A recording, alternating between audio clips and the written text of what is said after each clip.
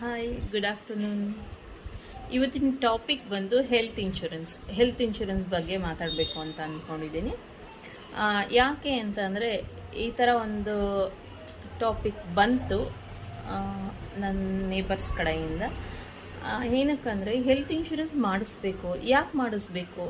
ನಾವು ಯಾರಿಗಾದ್ರೂ ಹೇಳಕ್ಕೆ ಹೋದರೆ ಹೆಲ್ತ್ ಇನ್ಶೂರೆನ್ಸ್ನ, ಅಯ್ಯೋ ಹೆಲ್ತ್ ಇನ್ಶೂರೆನ್ಸ್ ನಮಗೆ ಬೇಡ, ನಾವು ತುಂಬ ಚೆನ್ನಾಗಿದ್ದೀವಿ, ಹೆಲ್ತಿಯಾಗಿದ್ದೀವಿ, ನಮ್ಗೆ ಯಾಕೆ ಬೇಕು, ನಮ್ಗೇನು ಕಾಯಿಲೆ ಇದೆ, ಈ ಥರ ಎಲ್ಲ ಕ್ವಶನ್ ಮಾಡ್ತಾರೆ. ಡೆಫಿನೆಟ್ಲಿ ಇದು ಕಾಯಿಲೆ ಇರೋರಿಗೆ ಕೊಡೋದು ಅಂತಲ್ಲ. ಹೆಲ್ತ್ ಇನ್ಶೂರೆನ್ಸ್ನ ನಮ್ಮ ಲೈಫ್ನ ಸೇವ್ ಮಾಡೋದಕ್ಕೆ, ಸೆಕ್ಯೂರಾಗಿ ಇಡೋದಕ್ಕೆ, ನಮ್ಮ ಫ್ಯಾಮಿಲಿನ ಸೆಕ್ಯೂರಾಗಿ ಇಡೋದಕ್ಕೆ ನಾವು ಹೆಲ್ತ್ ಇನ್ಶೂರೆನ್ಸ್ ಕಂಪಲ್ಸರಿ ಮಾಡಿಸ್ಲೇಬೇಕು. ಆಬ್ವಿಯಸ್ಲಿ ಯಾರು ಮಾಡಿಸ್ಬೇಕು?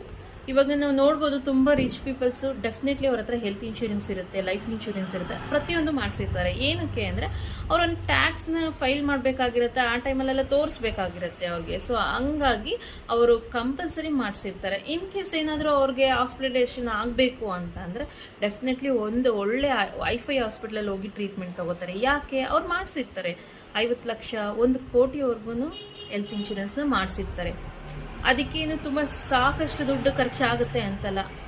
ಅಪ್ರಾಕ್ಸಿಮೇಟ್ಲಿ ಒಂದು 15,000 to 20,000 ರುಪೀಸ್ ಖರ್ಚಾಗ್ಬೋದು ಇಯರ್ಲಿ ಒನ್ಸ್. ಒಂದು ವರ್ಷಕ್ಕೆ ಒಂದೇ ಸಲ ಕಟ್ಟಬೇಕಾಗಿರೋದು. ರಿಚ್ ಪೀಪಲ್ಸ್ ಎಲ್ಲ ಮಾಡಿರೋವಾಗ ಅವ್ರ ದುಡ್ಡು ಖರ್ಚೇ ಆಗಲ್ಲ ಏನಾದರೂ ಆದರೆ.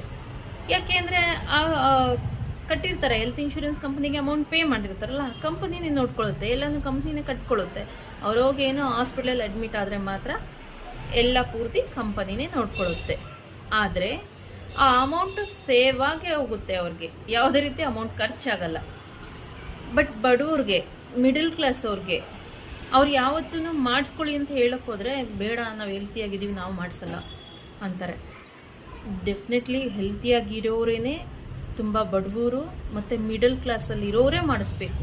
ಯಾಕೆ ಅಂದರೆ ಫಾರ್ ಎಕ್ಸಾಂಪಲ್ ಇವಾಗ ನಮಗೆ, ನಮ್ಮ ಫ್ಯಾಮಿಲಿಗೆ ಏನೋ ಒಂದು ಆಕ್ಸಿಡೆಂಟ್ ಆಯಿತು, ಏನೋ ಒಂದು ಹುಷಾರು ತಪ್ಪಿದ್ರು, ಆ ಟೈಮಲ್ಲಿ ನಮ್ಮ ಹತ್ರ ದುಡ್ಡಿದ್ರೆ ಒಳ್ಳೆ ಹಾಸ್ಪಿಟಲ್ಗೆ ಕರ್ಕೊಂಡು ಹೋಗ್ತೀವಾ? ಇಲ್ಲಾಂದರೆ ಯೋಚನೆ ಮಾಡಬೇಕಾಗತ್ತೆ. ಅಯ್ಯೋ ಈ ಥರ ಆಯಿತಾ, ಒಂದು ಆಕ್ಸಿಡೆಂಟ್ ಆಯಿತಾ, ಒಂದು ಹುಷಾರಿಲ್ವಾ, ಸರಿ ಯಾವುದೋ ಒಂದು ಹಾಸ್ಪಿಟಲ್ಗೆ ಕರ್ಕೊಂಡು ಹೋಗ್ಬಿಡೋಣ ಅಂತೀವಿ. ಅಲ್ಲಿ ಹುಷಾರಾದರೆ ಬೆಟರು. ಅವರು ಬೇರೆ ಇನ್ನೊಂದು ಹಾಸ್ಪಿಟಲ್ಗೆ ಕರ್ಕೊಂಡೋಗಿ ಅಂತ ಏನಾದರೂ ಹೇಳಿದ್ರೆ ಆಲ್ರೆಡಿ ದುಡ್ಡೆಲ್ಲ ನೀವು ಅದಕ್ಕಂತ ಏನು ಕೂಡಿಟ್ಟಿರಲ್ಲ. ಯಾಕಂದರೆ ನಿಮಗೇನು ಗೊತ್ತಿರಲ್ಲ, ಈ ಥರ ಒಂದು ಆಕ್ಸಿಡೆಂಟ್ ಆಗುತ್ತೆ, ಒಂದು ಕಾಯಿಲೆ ಬರುತ್ತೆ, ಗೊತ್ತಿರಲ್ಲ. ಗೊತ್ತಿದ್ರೆ ನೀವು ಕೂಡ ಅಮೌಂಟ್ ಕೂಡಿಡ್ತಾ ಇದ್ರಿ, ಗೊತ್ತಿರಲ್ಲ.